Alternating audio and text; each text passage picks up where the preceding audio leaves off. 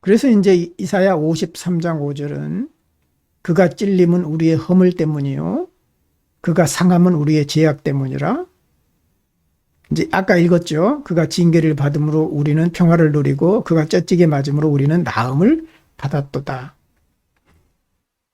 우리의 죄 때문에 찔렸고 상하게 됐는데 결국은 우리의 죄악 때문에 그렇다라는 것이죠. 그가 맞음으로써 우리는 나음을 얻었다.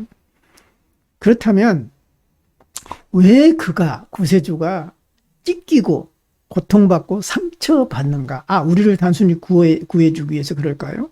융은 전혀 다른 해석을 여기서 합니다. 이제 또 좀 다른 해석이 나옵니다. 여기서는 일반적인 이해하고 달리 이러한 하나님의 징벌의 이유가 뭐냐? 희생을 한 데는 징벌적 성격이 있는 거죠. 누군가의 죄에 대해서 책임을 지겠다는 겁니다. 희생한다라고 하는 것은 본인이 그 잘못을 했든 안 했든 희생의 명백한 징벌적 성격을 고려해야 됩니다. 일반적인 설명은 그리스도께서 우리의 죄 때문에 벌을 받으셨다는 것이죠. 예수 그리스도는 죄가 없는데 사람들의 죄 때문에 그 죄로 인해서 벌을 받았다라고 해석을 하고 십자가에 달려서 죽음을 당했다라고 이해를 합니다. 그런데 보세요.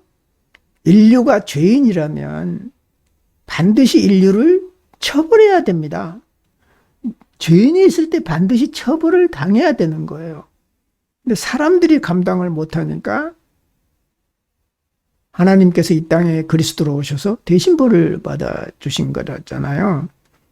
근데 이제 여기서 잘 보는 것은 그러나 신이 스스로 형벌을 받는다면 만약에 우리 인류가 요구하지 않았는데 요구할 수도 없었는데 하나님이 스스로 인류의 죄를 감당해서 벌을 받았다면 인류에게는 죄가 없고 하나님이 죄를 지었기 때문에 스스로 벌 받은 거다는 것이죠.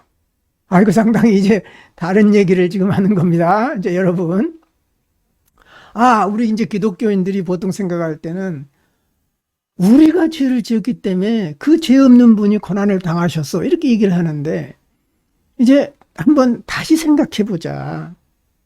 누군가 죄를 지었다면 죄 지은 사람이 벌을 받는 것이 일반적인 원리라는 것이죠. 그럼 일반적인 법칙에서 본다면 하나님이 희생양이 되어서 벌을 받았다면 하나님이 죄를 지은 거라는 거예요. 하나님이. 그래서 하나님이 스스로 죄값을 달게 받았다는 겁니다. 이런 이상한 이상한 생각을 그렇게 했다가는 위험할 수 있잖아요. 이제 기독교인이 들을 때는. 근데 이제 그 이유를 얘기해요. 융은. 이제 그에 대한 대답은 구약 성경, 영지주의 혹은 후기 가톨릭 사상에서 찾아볼 수가 있습니다. 구약 성경에 보면은 야훼 하나님이 율법의 수호자이시긴 하셨지만 하나님은 결코 의롭지 않았다는 거예요. 하나님이 의로운 분이 아니에요. 욥기에서 얘기를 하잖아요. 가만히 있는 욥을 괜히 사탄한테 시험하라 그러고 꼬드겨서 욥으로 하여금 고난을 받게 한 장본인이 누구예요? 하나님인 거예요. 그러니까 하나님은 그런 측면에서 볼 때 의롭지 않고 오히려 인간에 대해서 죄를 진 거예요. 그래서 그 죄를 달게 받을 일말의 책임이 있는 것이죠. 그래서 이제 결국은 스스로 격분해서 고통을 당했다. 내가 이런 잘못을 저지르자니. 그러니까 이제 하나님이 후회했노라 이런 얘기를 하시거든요. 그 욥기에서 보면 내가 참 어찌 보면은 욥에게 잘못했지 않았냐. 이제 이런 이제 비슷한 뉘앙스가 있는 말이 나온다는 거죠. 그래서 그 영지주의 시스템에서 창조신 데미urge가 나오잖아요. 데미우리고스. 어떤 그 최고신이 아니에요. 창조신은. 그래서 그 창조신 데미urge는 구약 성경에서 세계를 창조한 유대인 신인 야훼 하나님이 이제 그리스에서 말하는, 신화에서 말하는 데미urge, 창조신에 해당이 되는데, 그 창조신은 최고신에 비하면 불완전하다는 것이죠. 그래서 영지주의자들은 구약성서의 하나님을 불완전한 하나님, 의롭지 못한 하나님으로 여긴 경향이 있었습니다. 그리고 구약성경을 잘 인정을 안 하려고 그랬죠. 그래서 야훼 하나님의 작품은 불완전했고 번성하지 못했다. 그래서 17세기에 이르러서도 예수의 니콜라스는 유니콘, 이제 뿔 하나 있는 거죠. 유니콘이 구약의 하나님에 대한 적절한 상징이라고 선언했다. 뿔난 황소인 왜냐하면 그의 진노로 세상을 환한 코뿔소처럼 혼란에 빠뜨렸다는 거예요. 사람들을 헷갈리게 한 장본인이 바로 이제 야훼 하나님 자신이다. 이렇게 얘기를 했기 때문에 그분은 반드시 인간으로 오셔서 스스로의 잘못으로 고난받아야 된다는 것이죠. 어떤 의미에서 보면. 그래서 반드시 우리 인간의 죄 때문에 고난받은 것이 아니라 하나님 자신의 잘못을 어떤 대가를 치르기 위해서 그런 과정을 겪어야만 되는, 이제 그래야만 인간과 진정한 화해가 이루어진다라고 하는 이제 이런 이제 논리를 전개하고 있는 겁니다. 여기 보시면 이제 이사야 61장에 보시면 희망의 메시지를 줘요. 이제 이사야가 시온에서 슬퍼하는 사람들에게 재 대신 화관을 씌워주시며 슬픔 대신에 기쁨의 기름을 발라주시며, 이것도 이제 반복적으로 똑같은 패턴이 반복되고 있죠. 재를 대신해서도 슬픔이 나왔고요. 슬픔 대신에 괴로운 마음으로 나왔어요. 그래서 괴로운 마음 대신에 찬송하는 마음을 준다. 그리하여 사람들은 그들을 가리켜 공의의 나무, 주께서 스스로 영광을 나타내시려고 손수 심으신 나무라고 부른다. 그래서 이제 이스라엘이 앞으로 회복될 이제 그런 상황을 얘기해 주는 겁니다. 그런데 이제 융은 여기서 그 죄에 대해서 설명을 하는데요. 이제 그 이사야 성경에 보면은 이 죄가 여기서는 이제 좀 약간 부정적인 의미로 사용됐잖아요. 어떤 이제 죄 대신에 화관, 슬픔 대신에 기쁨 이렇게 준다고 그랬는데, 결국 죄라고 하는 것은 뭘까요? 원형적이고 이중적인 의미가 있어요. 죄는 죽음이죠. 죽음이면서도 영원해요. 그래서 내가 여기 밑에서 이제 밑에 뭐라고 써놨나요? 죄는 자신이 죽음으로써 죽음을 이겨낸 불사조와 같다. 이제 이런 거예요. 이 죄가 가지고 있는 양면성인 거죠. 그래서 이 연금술사들은 알베도, 두 번째 단계죠. 연금술에서 니그레도, 다음에 이제 알베도, 그 다음에 루베도, 이제 흰색으로 바뀌는 그 알베도 단계에서 더 이상 썩지 않는 영광스러운 몸에 도달한다고 합니다. 그래서 그 상태에서 몸은 흠이 없고 더 이상 썩지 않습니다. 따라서 화산재의 흰색 물질은 심장의 왕관으로 묘사되었다. 그리고 그 동의어에는 흰색 잎이 달린 흙, 이제 그 죄를 흰색 잎이 달린 흙으로 보는 거죠. 승리의 왕관이다. 죽음을 극복하고 죽음을 이겨낸 하나의 승리의 왕관으로 죄가 묘사되기도 했다는 겁니다. 그래서 죄는 영혼의 흑암에서 깨끗하게 된 순수한 물과 동일합니다. 죄는 더 이상 부패하지 않습니다. 그리고 투명합니다. 그래서 영광스러운 몸을 닮은 것처럼 보이는 유리체와 같다. 유리 같다는 겁니다. 죄가. 정말 이 타오르는 이 죄를 보니까 정말 유리처럼 느껴지기도 하네요. 유리는 차례로 소금과 관련이 있었는데, 이는 소금이 순결한 흙이라는 찬사를 받았고, 가장 좋은 수정 유리는 주로 소다염으로 구성되고 결합제로 모래를 첨가했기 때문이다. 그러면서 이제 융은 제가 가지고 있는 어쩌면은 영원성, 그리고 긍정적인 측면을 부정적인 측면과 함께 묘사해 주기 위해서 이런 설명을 하고 있습니다. 지난번에 이제 바위는 일종의 바위에서 생명이 탄생한다는 그 모성성을 얘기를 했잖아요. 자궁과도 같다. 그래서 내가 여호와로 말미암아 크게 기뻐하며 내 영혼이 나의 하나님으로 말미암아 즐거워하리니 이는 그가 구원의 옷을 내게 입히시며 공의의 겉옷을 내게 더하시니 신랑이 사모를 쓰며 신부가 자기 보석으로 단장함 같게 하였다. 그래서 이제 여기 이제 보석 같은 얘기가 나오고 이제 그래서 그러는 건데 연금술에 비유해서 신랑은 흰 비둘기 같이 일어서서 씨를 대리석 위에 뿌릴 거다. 이제 남성성, 씨를 뿌리는 자, 그리고 이제 남성성의 이제 어떤 상징은 페니트레이션, 관통이에요. 그리고 여성의 자궁은 보존과 양육에 있다면 남성은 씨를 뿌리고 근원의 메시지고 관통하는 면이 있어요. 그래서 이제 그때 대리석에 거하는 영혼의 까마귀가 날아오고 그 위에 떨어져 그것을 모을 것이다. 그러면 그들은 꼭대기로 날아갈 것이다. 아무도 오를 수 없는 산이 휘어질 것이다. 이제 이러면서 이제 여기 보면은 구원의 옷을 내게 입힐 거다라는 이제 공의의 겉옷을 이제 입힐 거다라는 것하고 이제 맥락을 같이 하면서 이런 얘기를 한 것 같아요. 빨강에 대해서 다시 얘기를 하는데요. 에돔이 이제 빨간 흙이 빨갛다 그래가지고 에돔이라고 그랬고 그 이제 에돔의 자녀인 에서가 팥죽과 연결돼서 그러니까 이제 에돔이라는 말이 나오는데 에돔에서 오시는 이분은 누구냐? 붉게 물든 옷을 입고 보스라에서 오시는 이분이 누구냐?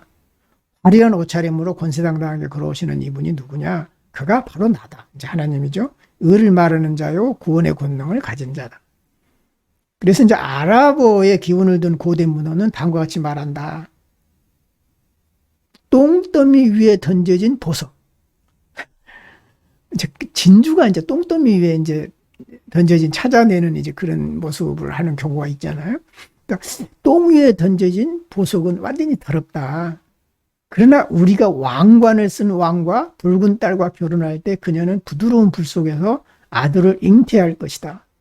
우리의 불로 그를 양육할 것이다. 그런 다음에 그는 변형되고 또 그의 용액은 살처럼 붉게 남아있다. 왕족 출신의 우리 아들은 불에서 용액을 취하면 죽음, 어둠, 물이 달아난다. 용은 태양의 빛을 피하고 우리의 죽은 아들은 살 것이다. 왕은 불에서 나와 결혼을 기뻐할 것이다. 감춰진 것들이 드러날 것이며 처녀의 젖이 휘어질 것이다. 아들은 전사가 되어 용액을 능가합니다. 왜냐하면 그 자신이 보물이고 철학적 주제로 옷을 입고 있기 때문이다. 지혜의 아들들아 이리로 오라 기뻐하라. 사망의 권세가 끝났고 아들이 왕노릇 하였느니라. 그는 빨간 옷을 입고 보라색 옷을 입습니다. 빨간색에 대해서 이제 강조하기 위해서 이런 이제 고대의 문헌을 가지고 융이 이제 설명을 합니다.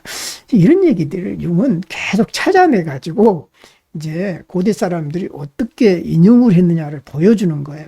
우리가 볼 때는 굉장히 생소하고 잘 또 이해도 안 가는 그런 얘기들을 수도 없이 이제 하는 거죠. 여기에 이제 어린 양에 대해서 두 가지 이미지가 나옵니다. 호전적인 어린 양이 있는 반면에 온유한 어린 양이 대비적인 거예요. 이 두 개가 대극의 합의를 이루고 이게 이제 그리스도의 이미지로 나타난다는 거죠. 이거는 이제 복음서라든가 이제 그 외의 성경에는 잘 안 나타나요. 주로 요한계시록에 많이 이제 이런 근거가 많이 나타납니다. 이제 복음서에서는 가끔 예수의 말씀에 나타나요. 나는 평화를 주러 온 것이 아니라 금을 주러 왔다라는 표현이라든가 이제 아주 한두 개 정도 이렇게 아주 나와요. 그러니까 도대체 우리가 상상할 수 없는 대극적인 얘기를 이제 예수가 이제 할 때가 있어요. 그러니까 그런 경우 외에는 거의 나오지가 않습니다. 그런데 요한계시록에 나오는 장차 오실 예수의 모습은 어린 양인데 그 어린 양은 주로 호전적인 어린 양 그리고 온유한 어린 양이 대비적으로 나온다는 거죠. 그래서 이 구절은 미래 메시아의 재탄생을 가리킵니다.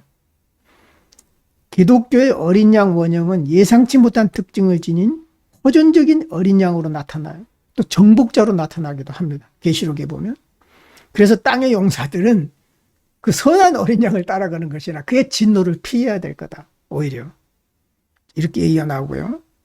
시편 2편 9절은 어린 양은 철장으로 그들을 부셔버리고 포기장의 그릇같이 부수어버리는 이미지로 등장합니다. 이것은 마치 악마의 순양과 같은 사악한 인상을 주지만 또 이와 반대로 전혀 반대로 온유하게 도살장으로 인도되는 묵시록의 어린 양의 모습이 두 모습이 같이 등장한다는 것이죠. 비록 흉악하고 호전적인 어린 양은 희생된 어린 양의 그림자 형상으로 보인다. 여기 잘 보면은요, 바로 이런 이제 온유한 어린 양의 대조적인 것은 포악한 어린 양이라고 그랬잖아요. 그죠? 그럼 우리가 생각할 때 어린 양이 자라면 포악한 어린 양은 그림자로 보겠죠? 그래요, 안 그래요? 자아와 그림자 관계, 대극적인 관계를 이해하지 않겠습니까? 그런데 융은 그렇게 보지 말아라라는 겁니다. 온유한 어린 양과 호전적인 어린 양은 그리스도의 그냥 두 모습인 거예요. 그리고 그리스도의 그림자는 적그리스도로 나타난다는 것이죠. 그러니까 어쩌면은 호전적인 어린 양이나 온유한 어린 양이나 다 구원을 위한 구세주가 갖춰야 할 필수적인 요소인 거예요. 밝은 측면과 어두운 측면이 가져야 할 필수적인 요소라면 적그리스도는 어쩌면은 한쪽 면만 대변하는, 그래서 완전히 이제 그리스도의 어떤 구속 사업과 역행하는, 그러니까 우리는 구속을 하려면, 구원을 하려면 선해야만 된다라고 생각하는데 그렇지 않다는 거죠. 구세주가 갖춰야 할 양면성을 보여주는 게 온유한 어린 양과 호전적인 어린 양의 두 모습이 온전해진다는 것이죠. 두 모습이 있을 때. 그러나 적그리스도는 구속자의 그 어떤 의도와 지혜를 방해하거나 반대 방향으로 가는 측면이라는 거예요. 그래서 호전적인 어린 양을 적그리스도로 볼 필요는 없다. 그런 겁니다. 아이고, 굉장히 지금 우리가 지금 새로운 것을 지금 배우고 있습니다. 지금 우리가 그동안에 융심리학에서 못 봤던 얘기들이 정말 나오는데 신기한 것들입니다, 이거는. 그래서 이해가 안 갈 수 있어요. 그래서 보시면은 마치 희생된 어린 양의 그림자 형상으로 보이지만 그 호전적인 어린 양이 그는 적그리스도가 되어야 하는 것만큼 그리스도와 화해할 수 없는 존재는 아니다. 그리스도와 화해가 가능한 친구 같은 존재인거예요. 호전적인 어린 양은.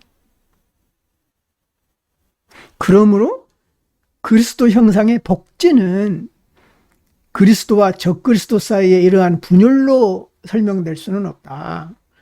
오히려 그리스도의 다른 모습, 꼭 있어야 할 다른 모습인 거예요. 우리가 볼 때는 안 좋지만, 호전적인 어린 양은 안 좋게 보일 수 있지만 그렇지 않다는 거예요. 마치 아버지의 두 모습일 수도 있어요. 아버지가 엄하면서도 그 엄한 것이 필요하잖아요.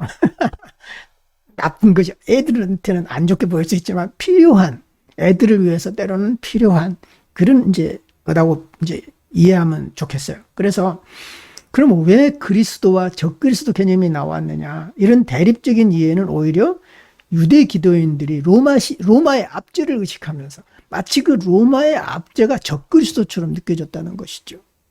그래서 사탄의 상징, 그 로마, 이렇게 해서 이제 기독교인과 로마를 대비적으로 놓고 설명하기 위해서 적그리스도 개념이 나왔을 것이다. 이렇게 얘기를 합니다.